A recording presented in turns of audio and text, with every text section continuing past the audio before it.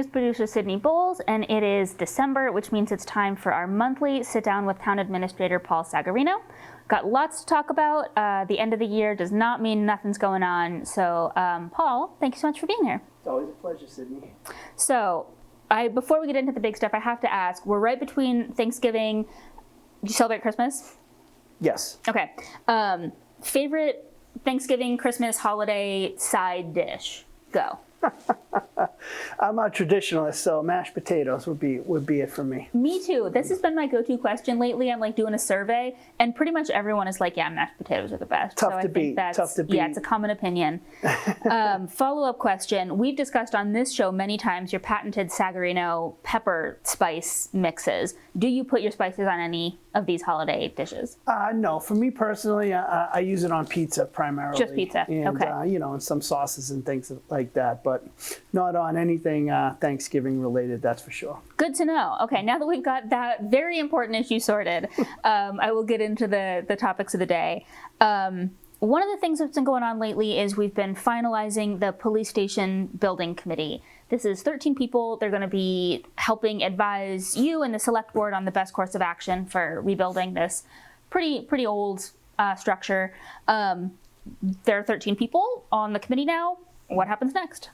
We're going to have our first meeting. It'll be kind of light. We'll be making introductions to each other, and we'll be running through a timeline on a history as to how we got to this point. We've obviously been thinking about a station for much longer than we've been talking about it, in the public arena. It's been on the list for a long time, and we're happy that we finally got to the point where we can consider, undertaking that project in the next year or two. So we'll have an introductory meeting. We'll understand different backgrounds of the committee members and just sort of understand their perspective and bring them up to speed as to where we are. And again, we've been encouraging those members to tour the station, and we're looking forward. The first meeting is Thursday morning. So. Oh, great! So it's coming up. Yes. It's kind of a bonkers time of year. Lots of people have holiday plans, people going out of town, family visiting. Does it kind of feel like the real work is going to start in January, or is it, what's the... Yeah, it's a very different process from everybody's thinking, the school building committee has been on the spotlight for a couple months now, and it's a very different process. The school one is has a lot of different criteria because of the state involvement in it and the state funding in it. There's a lot more requirements. Our municipal side building committees, we're not eligible for any aid from the state or feds for it. So it's strictly a town project.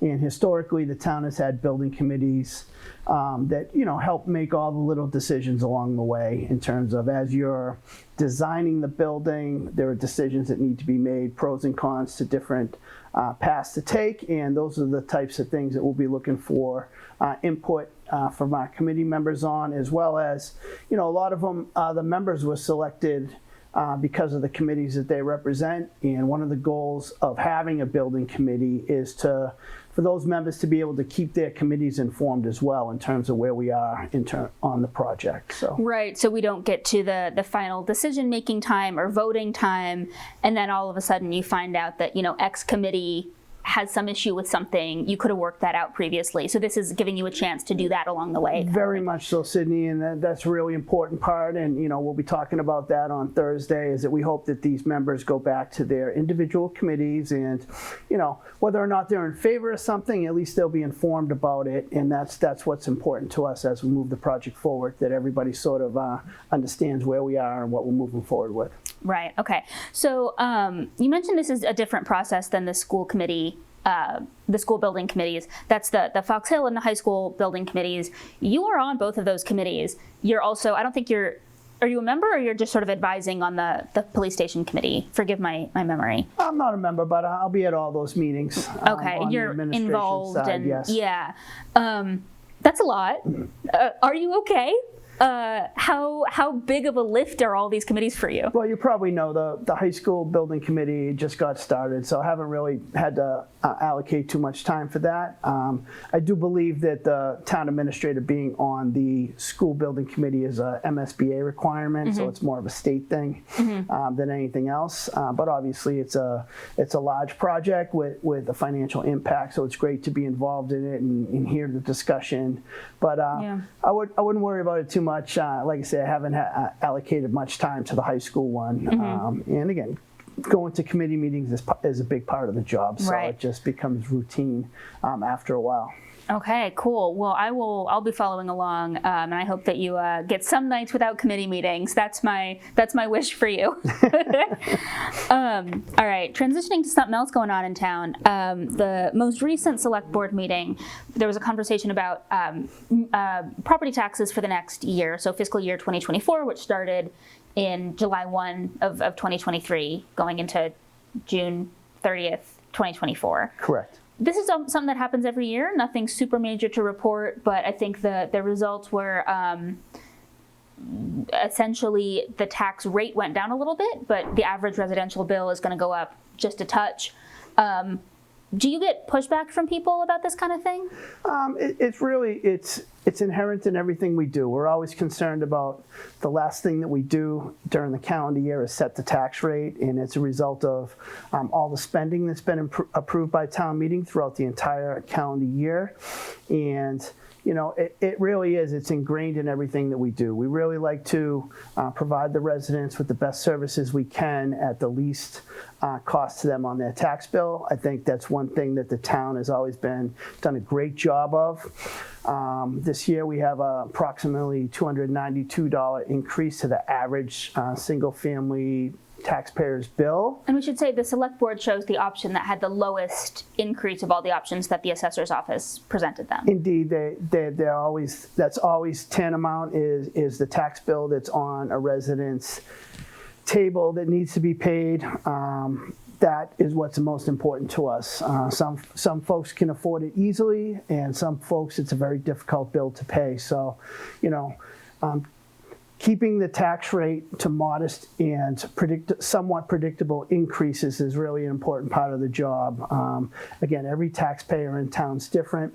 We get a great benefit from our business community, obviously. They're paying about 2/3 of the freight, as everyone knows. And again, I think I'm pretty sure you can't find another community around that has as great a services for the residents at what we see as a modest cost, and we want to continue that tradition. It's really been, it's been a hallmark of Burlington for many, many years, even before I got here. Maybe I don't have quite the handle on this that you do. I wonder if there are two things that are in tension. I see them as maybe in tension. I wonder if you see them as not necessarily in conflict or in tension at all. We talk about how much the business community contributes to the economic vitality of the town. Like you said, businesses are paying about 62% of the total tax levy in fiscal year 2024. That's compared to about 58% in Boston a couple years back, according to the Pioneer Institute. So we're a little above what Boston's doing. But regardless, we have this idea that the business community is really important to the vitality of the town, and also they pay a fair share of our taxes. Is there some complication in that messaging to the business community where you're saying simultaneously we are a business-friendly community, and also you guys are kind of shouldering a fair amount of the burden? Are those in tension, or is there something that I'm missing there? We've had many meetings with the chamber over the years and with just individual members of the business community, and what I see is a great understanding on the businesses that's what they do here. Their properties are very valuable. There's a reason why they want to do their business here. I think the town's done a great job of creating the type of environment that businesses want to be in.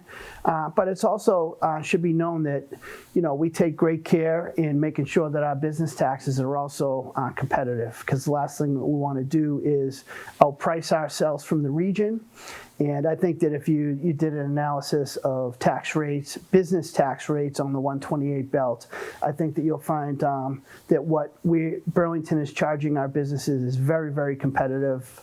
No more than in the middle of the pack there. So it's something not just that we worry about the resident taxes, but we have to be cognizant about the business community's taxes as they are paying a significant amount of the freight. And at some point, if business taxes were to become too high, obviously as businesses don't want to be here, there's less businesses to pay the taxes, and the burden falls back to the residents. So it's really a big pot, and we're trying to weigh out all the different outcomes and just try to come up with tax rates that are fair to the residents and fair to the businesses as well. And I think that we've been able to do that over the years.